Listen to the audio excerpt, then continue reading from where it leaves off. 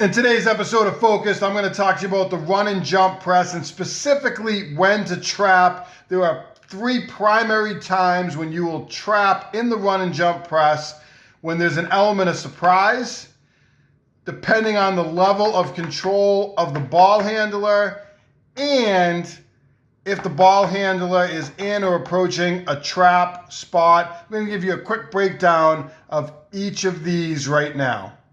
So first thing I'm going to talk about is the element of surprise and when you use this to trap in the run and jump press. So really simple. If we have a ball handler and the basketball comes in here, we're going to put as much pressure on that ball as possible. We want this defender to be no more than an arm's length away, and if they're really athletic, they can get up a little bit tighter, as I've seen some really good defenders do.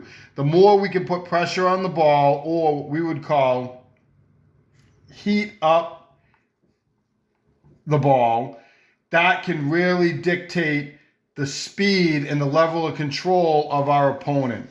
So as we can heat up the ball with this defender, we hopefully, ideally, if they just go and they go up the sideline, it could give us a chance to trap, but it doesn't always work out that way. So the person who inbounds the basketball, we'll put here, and we'll put our other defender. They're always going to be above the basketball, and they're going to be a third between their man and the basketball, and they can creep closer situationally, and as this ball handler goes up the sideline, they're going to look to run and jump. So as we talk about the element of surprise, a lot of times the ball handler is going to get the basketball and they're going to start to attack the middle. Now, with this defender being a third away from their man, they're really closing down this gap. I think a little bit of the pack line defense when I think of the run and jump here. And what I mean by that is they're getting in this gap, so this player cannot get up the floor. So as this defender turns and beats them to the spot,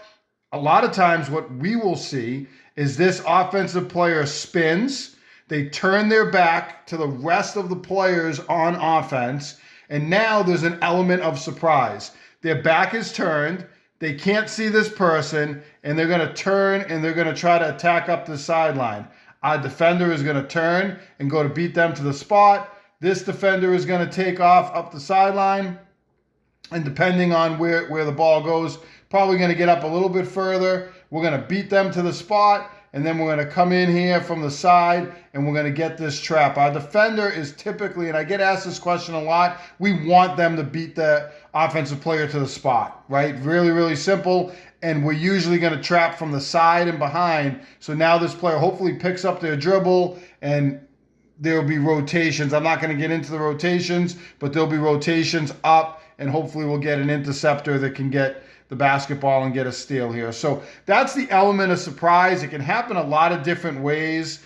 It doesn't have to be that this player actually turns their back. Sometimes they're here, and we would watch film, and we would get a tendency that they take two dribbles, they put their head down, and they cross over. We would know when they cross over, they put their head down and we would go. So some of it is anticipation from these defenders where they're just reading it and they're making decisions. Talk about decision making on offense. Well, this is built in decision making on defense. But we also played to tendencies. If we knew this player liked to spin and turn their back, we would force them up the sideline. They'd spin to the middle. They'd beat them to the spot. They'd spin their back and they'd go up the sideline. So we did play to tendencies. A lot of it was authentic reads and decision making, but there were times when this player would put their head down and they go up the sideline as well. So sometimes it takes two or three turns. They might turn them the first time, turn them the second time, and this player does a nice job. They might back out here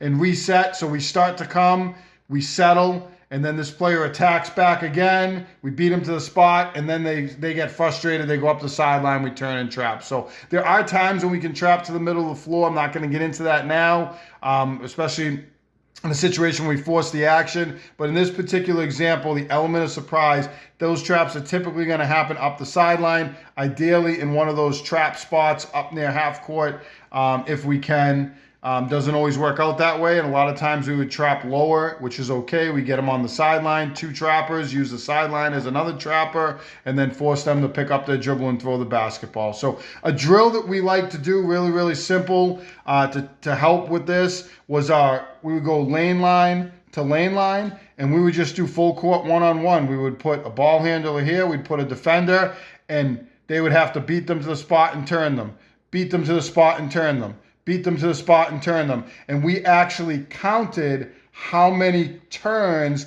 they could get. Every time you turn this player, it was a point.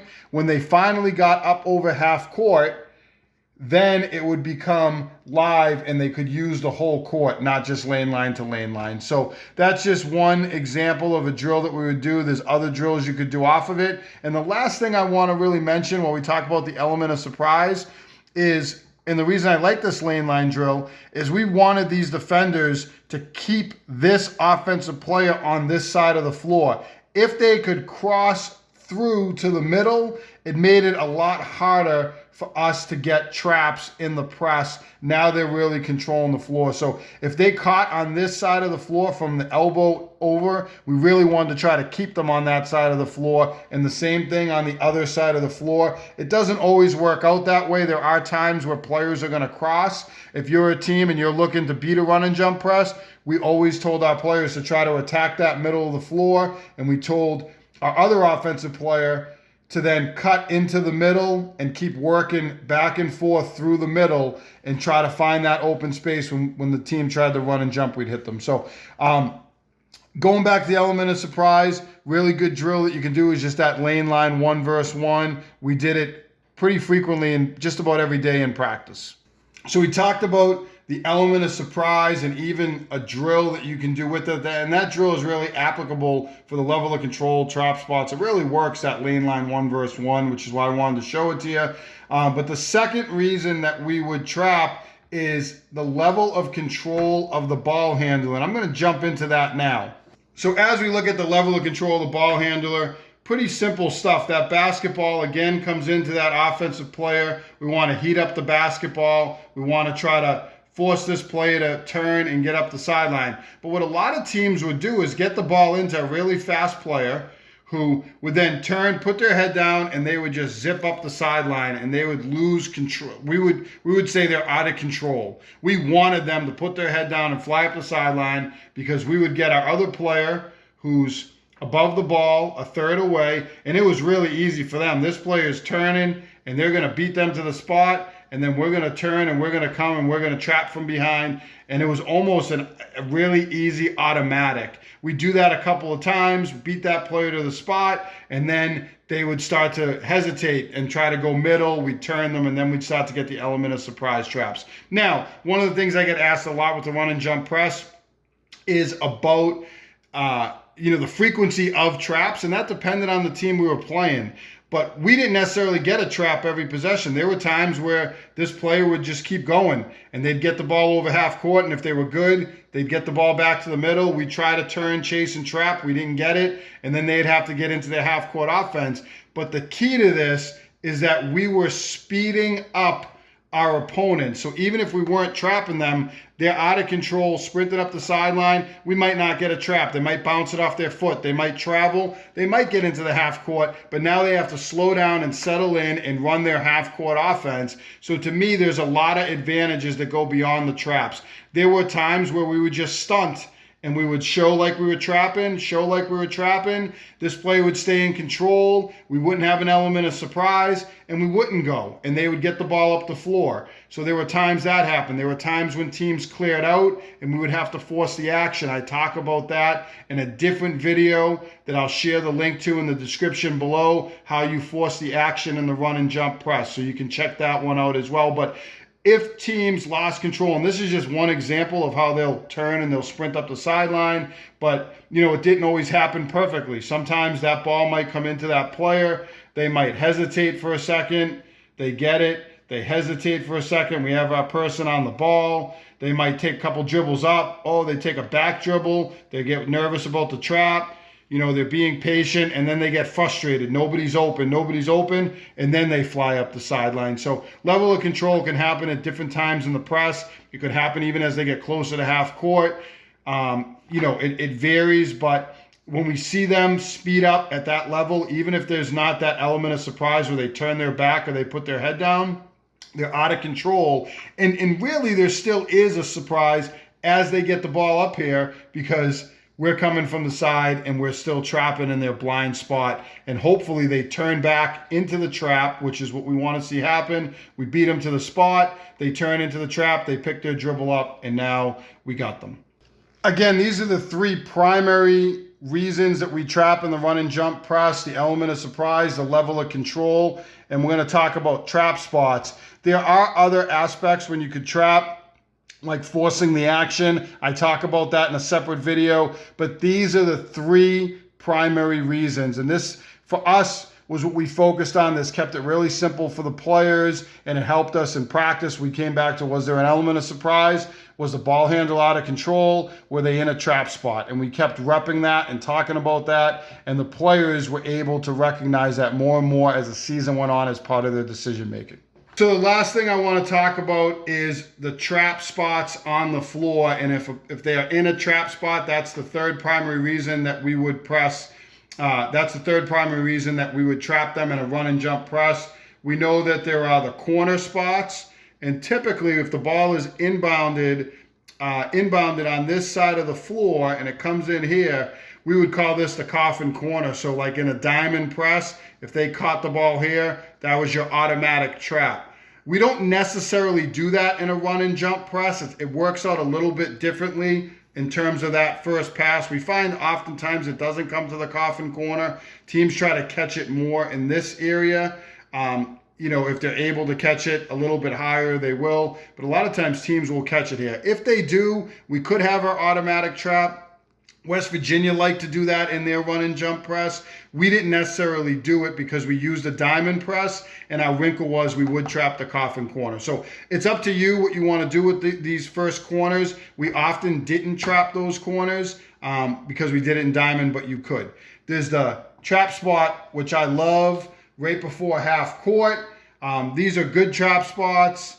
These are better trap spots because I feel like a lot of their players get up the other end of the court and it's tougher for them to throw backwards. And then these were our favorite trap spots. I'm just going to color them in here. These were the trap spots that I thought they were really dead in the water because you got the half court line out of bounds and you got your two trappers. So they're really surrounded on four sides here with this trap. And if they try to throw it back court, obviously it's a back court violation. You also could trap up further in those corners up there. We didn't typically do it, but situationally you could trap up in the full court in those corners as well. So those are your trap spots. And, really, really simple. There might not be a situation where there's a level of control or an element of surprise with that ball handler, and that basketball comes in and they get up the floor and now they start to work up, and we would take our defender and we'd force them really hard and we'd force them into that trap spot just over half court, and we would then automatic anytime they came right over half court and dribbled to one of those corners. So the flip side of that is if you're on offense, you're going to turn and you want to get back to the middle of the floor. You start to go to that corner, you better get back to the middle of the floor because that's going to tell them teams that run and jump to trap in that area. So they could be under control. It might not be a complete element of surprise, but they're going into the best trapping spot on the floor. We want to take advantage of that. So a lot of times we wouldn't get traps on this side of the floor. We'd get them just over half court. We also had a call where we wouldn't trap on this end of the floor. If we found we were being too aggressive, teams were starting to take advantage of that a little bit. They were getting up the floor, getting some baskets in the half court. We would settle our team in a little bit and say, we're going to go to our 50 version instead of 100 version, and we're going to, and you can call it whatever you want, but we're going to not trap until we get an opportunity over half court. So we'd get really aggressive here before half court, try to force them into the trap spot, and then trap just over half court. Or we could do it authentically in our typical run and jump, whatever you call it. For us, it was our double fist press taken from Shaka Smart. That was our run and jump. Some teams call it 50, 100, 55, 50. 30, 70. I hit different numbers depending on your team, colors. So whatever you want to call it, you could set that up with that trap at half court. But those trap spots are great opportunities to trap in this press. So again, the three primary reasons to trap in the run and jump press, we got the element of surprise, which we talked about. They turn their back, they go up the sideline, they put their head down. They're not able to see their other players on the floor. Sometimes you get a nervous dribbler that looks down. Run and jump them, because when they put their head back up again, the trap's already there. And now they pick their dribble up and they panic, or they dribble it off their foot or whatever. Level of control, you force them to speed up and fly up the sideline. Chase them and trap them. A lot of times we find when they sprint up the sideline with the ball, they get just over half court and they pick their dribble up in one of those great trap spots over half court. And the last thing is, if the player is heading to or in a trap spot, we would go, even if there wasn't an element of surprise or level of control. You could sort of dictate the last one a little bit more, and you could be a little more patient. I gave you an example of how we might wait to just get over half court, and we would put our half court sort of run and jump in. That's a great way to do it. Teams think that when they get it over half court, the press is over, and we showed them time and time again, it is not over, because we'll trap there.